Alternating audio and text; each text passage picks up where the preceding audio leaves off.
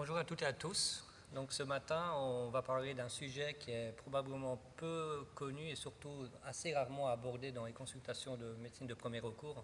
Il s'agit des règles abondantes et plus spécifiquement, je vais discuter avec vous des pathologies de l'hémostase qui peuvent être à l'origine de règles abondantes. Donc le but de ce colloque, c'est de vous donner quelques outils pour pouvoir identifier les patientes qui ont des règles abondantes et qui pourraient avoir une anomalie de la coagulation sous-jacente et qui pourraient être adressées à un médecin spécialiste.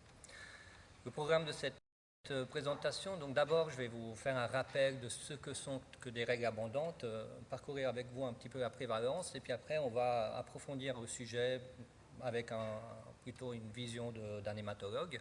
Et finalement, je vais discuter avec vous la prise en charge multidisciplinaire, qui est vraiment la chose la plus importante dans ce contexte, et je vais vous illustrer avec ce qu'on a mis en place aux HUG ces dernières années. Alors tout d'abord, qu'est-ce que c'est que des saignements utérins anormaux? Alors ça, c'est le terme utilisé dans la littérature francophone pour des saignements anormaux. Alors c'est un terme qui est assez global, qui englobe plusieurs types de saignements, des ménorrhagies, des métrorragies, mais aujourd'hui, nous allons nous concentrer essentiellement sur le cycle menstruel.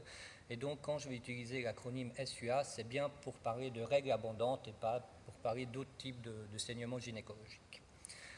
Qu'est-ce que c'est qu'un cycle menstruel considéré comme normal? Selon les recommandations et les définitions de la Société savante de gynécologie, un cycle est considéré normal quand l'intervalle est entre 21 et 35 jours, quand il dure moins que 7 jours, quand on utilise moins que 6 protections sanitaires par jour et quand le volume total du cycle menstruel est inférieur à 80 ml. Alors, c'est très difficile d'évaluer le volume du cycle menstruel. À but d'information, j'ai illustré ici sur la droite un récipient contenant 80 ml.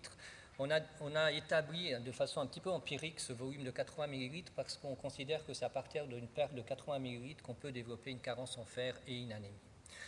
Et plus récemment, ce qui est très important, il y a eu une reconnaissance de l'impact sur la qualité de vie des femmes d'un cycle particulièrement abondant, notamment sur les activités physiques, la vie sociale et professionnelle. Et c'est vraiment quelque chose sur lequel on essaie d'appuyer particulièrement ces dernières années. Et je vais revenir sur cet aspect un peu plus tard dans la présentation. Alors, quelle est la prévalence des règles abondantes? C'est beaucoup plus fréquent qu'on l'imagine. En effet, par exemple, ici en Australie, on considère que 25% des jeunes femmes adolescentes ont des règles qui rentrent dans les critères de règles abondantes. Si on regarde plutôt dans la population caucasienne, ici c'est une étude internationale multicentrique qui a investigué 4500 patientes à travers plusieurs pays, la France, l'Allemagne, l'Espagne, les Pays-Bas, et aussi 500 patientes par la Suisse. C'était une étude dans laquelle on a envoyé un questionnaire à des femmes pour identifier celles qui avaient les critères de règles abondantes. Et si on s'intéresse à la catégorie d'âge 18-30 ans, 31-40 ans, qui est celle qui nous intéresse dans cette présentation aujourd'hui, on voit qu'on retrouve cette prévalence environ entre 25 et 30%. En Suisse, on est entre 25 et 30% aussi. Ces règles abondantes sont vraisemblablement sous-diagnostiquées. Ici sont d'autres résultats toujours de cette étude. On voit que finalement, le 50% des femmes qui ont été identifiées comme ayant des règles abondantes n'ont pas consulté un médecin pour cette problématique, ni un médecin généraliste, ni un médecin gynécologue. Et seulement le 30% de ces femmes qui ont donc des symptômes liés à des règles abondantes ont contacté un médecin dans la dernière année. De plus, comme j'ai dit en introduction, ces règles abondantes ont un impact sur la qualité de vie très important. Toujours de cette étude multicentrique internationale, on peut voir que quel que soit le domaine investigué, la vie sexuelle, les activités physiques, la productivité au travail, le sommeil, etc., il y a un impact majeur sur la qualité de vie des femmes. Ici, l'impact majeur est indiqué comme étant en rouge, et on voit que quel que soit le domaine qu'on investigue, il y a effectivement un ressenti très négatif chez les femmes de ce cycle particulièrement abondant. Autre particularité négative de ces règles abondantes, c'est la carence en fer. En effet, chez les adolescentes, les règles abondantes sont la première cause d'anémie avec carence en fer. Et on considère que chez des patientes qui ont des règles abondantes, 60% ont une carence en fer et 30% ont déjà une anémie liée à une carence en fer. Et finalement, ici, dans cette image à droite, on voit bien quel est l'impact de ce cercle un petit peu vicieux des règles abondantes de la carence en fer sur les femmes. Il y a une réduction de la qualité de vie, comme on a vu. Il y a une limitation dans les activités quotidiennes liées à la fatigabilité, à la fatigue, à l'asthénie, liée à une anémie avec déficit en fer. Il y a des douleurs, il y a un impact psychosocial. Il y a aussi des hospitalisations, une morbidité maternelle. Et il y a aussi un absentéisme, donc un absentéisme au travail et à l'école qui est particulièrement prononcé. C'est difficile d'évaluer l'absentéisme lié aux règles abondantes. Ceci est une étude récente qui a été effectuée dans nombreux pays, 44 pays, avec un revenu faible à modéré, pour un total de plus que 600 000 femmes d'un âge entre 15 et 49 ans. Alors je passe toute la partie méthodologique qui explique comment on est arrivé à ces résultats, mais on peut voir que l'absentéisme du travail, de l'école ou des activités sociales est très important, atteignant jusqu'à 20 voire 25% des femmes avec des règles abondantes en fonction de leur pays de résidence. Cet absentéisme est particulièrement important chez les adolescentes entre 15 à 19 ans, un petit peu moins chez les 20 à 30 ans, et aussi statistiquement significativement augmenté chez les patientes qui ne reçoivent pas de traitement hormonal par rapport aux femmes qui reçoivent un traitement hormonal. Je reviendrai à la fin de la présentation sur cet aspect. En effet, le traitement hormonal est le traitement de choix pour les patientes qui ont des règles abondantes. Alors, il y a de nombreuses causes de saignements utérins anormaux. Je ne suis pas gynécologue, je ne vais pas parcourir tous ces aspects, mais selon ce qui a été identifié par l'Association internationale de gynécologie, les causes qui sont reconnues, ce sont soit des causes gynécologiques, des polypes, des adénomyoses, léiomyome ou des cancers ou des hyperplasies. Il y a aussi des causes iatrogéniques, endométriales, une dysfonction ovulatoire, et on retrouve cette coagulopathie qui est particulièrement fréquente, notamment dans la catégorie d'âge des femmes plutôt adolescentes. Et c'est cet aspect-là que nous allons voir maintenant dans cette deuxième partie de la présentation. Donc la première question, c'est est-ce qu'on retrouve fréquemment une anomalie de la coagulation chez les patientes qui sont adressées pour des saignements utérins anormaux? Ici, nous avons, je suis désolé, en fait, on ne voit pas les références, je ne sais pas pour quelle raison. Ça apparaît dans mon écran, mais pas ici. L'analyse systématique de la littérature qui a inclus 53 études qui ont investigué l'étiologie sous-jacente à des règles abondantes pour un total de 41 000 patientes. Et on a retrouvé une prévalence d'une anomalie de la coagulation de 30% chez les femmes qui étaient adressées pour un saignement utérin anormal. Donc une prévalence très élevée dans cette population. Il y avait quelques études qui ont permis aussi de catégoriser un petit peu mieux quel type d'anomalie de la coagulation était présente. Alors on retrouve 10% de thrombopathie, donc de patientes avec une anomalie de la fonction plaquettaire. On retrouve aussi environ 10% de la maladie de von Willebrand, qui est probablement la maladie hémorragique la plus fréquente chez les patientes qui ont des règles abondantes. De façon un peu plus intéressante, on retrouve aussi que 40% des adolescentes ont une anomalie de la coagulation par rapport à 16% des adultes. Alors cette différence est expliquée par deux raisons. D'une part, les patientes qui ont une tendance hémorragique liée à une anomalie de l'hémostase vont être diagnostiquées plus tôt et donc vont avoir plus facilement un accès au diagnostic lors de l'adolescence. Et chez les femmes adultes, on retrouve plus facilement des causes plutôt d'ordre gynécologique. L'autre question, c'est maintenant, on a vu qu'une anomalie de la coagulation est fréquente chez les patientes qui ont un saignement utérin anormal. Qu'en est-il des patientes qui ont une anomalie de la coagulation? Est-ce que les saignements utérins anormaux sont fréquents? Et la réponse est clairement oui. Ici, c'est une étude de cohorte viennoise où il y a 864 patientes et on peut voir que quelle que soit l'anomalie de la coagulation, la prévalence de règles abondantes est très importante. Si on regarde par exemple en bleu la maladie de von Willebrand, c'est jusqu'à 80% des femmes qui ont des règles abondantes. Si on regarde les patients qui ont des anomalies des plaquettes, c'est jusqu'à 70%. Les patientes qui ont une anomalie de la coagulation, c'est jusqu'à 65%. Et on a aussi cette entité qui sont les patientes qui ont des saignements d'origine indéterminée. C'est aussi quelque chose de relativement fréquente. C'est des patients qui ont une tendance hémorragique pour lesquels on n'a pas encore trouvé de diagnostic, qui retrouvent aussi fréquemment une anomalie de la coagulation. Donc, c'est fréquent, l'association règles abondantes et anomalie de la coagulation. Maintenant, comment on peut évaluer ces saignements utérins normaux? Maintenant, je vais vous donner quelques outils qui sont particulièrement faciles, que vous pouvez aisément utiliser en cabinet pour identifier des patientes qui pourraient avoir des saignements utérins normaux liés à une anomalie de la coagulation. Pour évaluer l'intensité et la fréquence et la durée du cycle menstruel, on peut utiliser ce qu'on appelle un pictogramme. Ici, c'est un exemple, il y en a plusieurs types.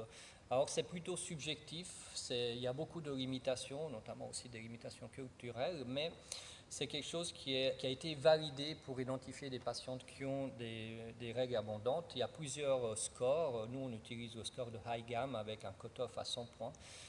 Vous voyez, la sensibilité, la spécificité n'est pas excellente, mais voilà, c'est quand même un outil qui peut être utilisé. Alors, idéalement, ce qu'il faudrait faire, c'est donner ce pictogramme à la patiente, elle le prend chez elle, elle le remplit pendant 3 cycles menstruels consécutifs, après elle le rapporte à la consultation et on évalue avec elle finalement le cycle menstruel.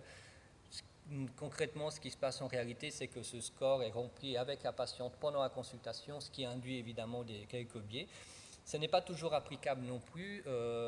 Certaines patientes n'utilisent pas de serviettes ou de tampons comme protection sanitaire. Je pense par exemple à des culottes menstruelles dans lesquelles on ne peut pas utiliser bien entendu ce pictogramme. Et voilà, c'est un premier outil qui peut être utilisé au cabinet. Nous, on appuie aussi beaucoup le fait qu'il y a des applications maintenant qui permettent d'avoir une évaluation un petit peu plus objective de la durée, du flux et de l'intensité. Donc, on incite les patientes à télécharger ce type d'application qui permettent d'évaluer de façon un petit peu plus globale, on avoir une vision d'ensemble des derniers cycles menstruels pour avoir une évaluation un petit peu plus fine de la situation. Le deuxième outil à disposition, c'est le score de saignement. Donc, c'est assez important d'évaluer dans l'ensemble la tendance hémorragique des femmes sans considérer uniquement les règles abondantes. Le score de saignement, ici, c'est un exemple que vous trouvez facilement en ligne. C'est basé sur 14 items dans lesquels on va évaluer le risque hémorragique en fonction de plusieurs organes. On retrouve les saignements du nez, les saignements de la sphère ORL, les saignements gastro-intestinaux par exemple. Et il y a 2 items qui sont liés à la femme, les règles abondantes et les hémorragies du postpartum. Donc en appliquant ce score, vous allez pouvoir identifier des patientes qui ont une tendance hémorragique particulièrement importante. Ici sur la gauche, ce sont les normes de ce score de saignement. Vous voyez que ça varie en fonction de l'âge de la patiente. Par exemple, une femme qui est entre 18 et 30 ans, le score de saignement anormal est égal ou supérieur à 5, alors que chez une femme avec entre 30 et 50 ans, le score de saignement anormal est supérieur ou égal à 6. Un troisième outil qui peut être utilisé en cabinet pour identifier des patientes qui ont des règles abondantes, c'est le score de Samantha. C'est un score qui est plutôt subjectif, basé sur ces 6 questions. On va demander à la patiente quelles sont les particularités de son cycle menstruel. Par exemple, est-ce qu'il y a un saignement qui dure plus que 7 jours par mois? Est-ce qu'il y a eu plus que 3 jours où on a vraiment eu l'impression d'avoir un cycle abondant? Quel est l'impact de ces saignements sur la vie de tous les jours? Est-ce qu'il y a des taches la nuit, etc. Donc c'est une évaluation un petit peu plus subjective, mais il a été validé. On sait que les patientes qui ont un score égal ou supérieur à 3, c'est potentiellement des femmes qui ont des règles abondantes. Outre à ces 3 outils, il y a aussi des signes d'alerte qui peuvent vous sensibiliser au fait que les femmes peuvent avoir des règles abondantes liées à une anomalie de la coagulation. C'est notamment la règle 7 de 1. 7, c'est pour un cycle qui dure plus que 7 jours. 2, c'est pour un cycle menstruel qui nécessite un changement de protection sanitaire aux 2 heures.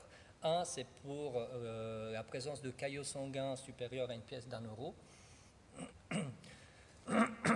D'autres critères de gravité, c'est typiquement le déficit en fer. Alors bien sûr, une femme qui présente un déficit en fer, c'est une femme qui probablement a un cycle menstruel particulièrement abondant. Et la sensation d'inondation, ça c'est quelque chose que les femmes peuvent aussi rapporter fréquemment. C'est vraiment que quand elles ont le cycle menstruel qui arrive, elles ont une sensation d'inondation, que ça va vraiment être très abondant. Et puis finalement, comme dit en introduction, le retentissement socio-professionnel, ça c'est vraiment quelque chose qui doit être recherché. Et quand il y a un impact sur la vie sociale ou professionnelle, il faut vraiment se poser la question si la patiente n'a pas un cycle menstruel qui est anormalement important. D'autres signes évocateurs d'une anomalie de l'hémostase, il y a plusieurs domaines, typiquement la temporalité des saignements utérins anormaux, la présence de règles abondantes depuis la ménarche, la présence de règles trop abondantes pendant plus que 12 mois successifs, c'est aussi des critères de gravité. Évidemment, la nécessité d'une hospitalisation, d'une transfusion de sang, d'une supplémentation en fer. Parfois, les femmes nous rapportent aussi la nécessité de porter plusieurs protections en même temps. L'absence de réponse au traitement standard, c'est aussi un critère de gravité. Donc, si on introduit un traitement hormonal, mais qui n'a pas véritablement d'effet sur l'intensité ou la durée du flux, on peut se poser la question s'il n'y a pas une anomalie à coagulation sous-jacente. La rupture de kyste ovarien hémorragique avec hémopéritoine, c'est aussi pour nous pathognomonique. Donc, c'est des femmes qui peuvent présenter un tableau très aigu, assez sévère. Et pour nous, ça doit justifier des investigations de l'hémostase. L'anamnèse hémorragique, comme dit précédemment, c'est aussi quelque chose qui a un rôle important dans la détection de ces patientes. Donc, concrètement, que faire au cabinet? Que faire si vous avez une patiente qui se plaint d'un cycle menstruel trop abondant? Alors, du point de vue biologique, vous pouvez très bien faire une formule sanguine complète pour rechercher déjà des signes d'anémie ou pour voir s'il y a des cytopénies comme une thrombopénie ou autre chose. On peut faire un bilan standard de l'hémostase qui peut parfois permettre de détecter quelques anomalies de base et faire un bilan férique. Si vous avez une patiente chez qui, sur la base du score de saignement positif, mais aussi le score de Samantha et le pictogramme est suggestif d'une anomalie de l'hémostase, si vous avez les signes d'alerte que j'ai mentionnés précédemment, ou si c'est une patiente qui est connue pour une maladie de l'hémostase, dans ce cas-là, vous pouvez adresser la patiente à un médecin spécialiste, que ce soit gynécologiste ou hématologue, ou un pédiatre éventuellement, pour faire des investigations plus en profondeur et pour voir s'il n'y a pas une anomalie sous-jacente pouvant expliquer ces règles abondantes. Et donc, ce qui me mène maintenant à parler de la prise en charge multidisciplinaire qui est vraiment au centre du problème. En quoi consiste une consultation multidisciplinaire chez une patiente qui a des règles abondantes? Alors, on doit comporter un pédiatre. Le but du pédiatre, c'est de sensibiliser l'adolescente et les parents à la possibilité de développer des règles abondantes et surtout de prévenir la carence en fer, parce que le but final, c'est ça, c'est d'éviter que la patiente développe une carence en fer, voire une anémie, qu'elle ait des symptômes liés à cette anémie. Donc le but, c'est de prévenir ce cercle vicieux que je vous ai décrit précédemment. L'hématologue, lui, va investiguer les problématiques de l'hémostase, ce qui peut avoir un impact puisqu'on va pouvoir aussi traiter d'autres situations hémorragiques. Et le gynécologue, lui, va faire des investigations gynécologiques, comme par exemple une échographie pelvienne, à la recherche de causes gynécologiques et va proposer un traitement adapté.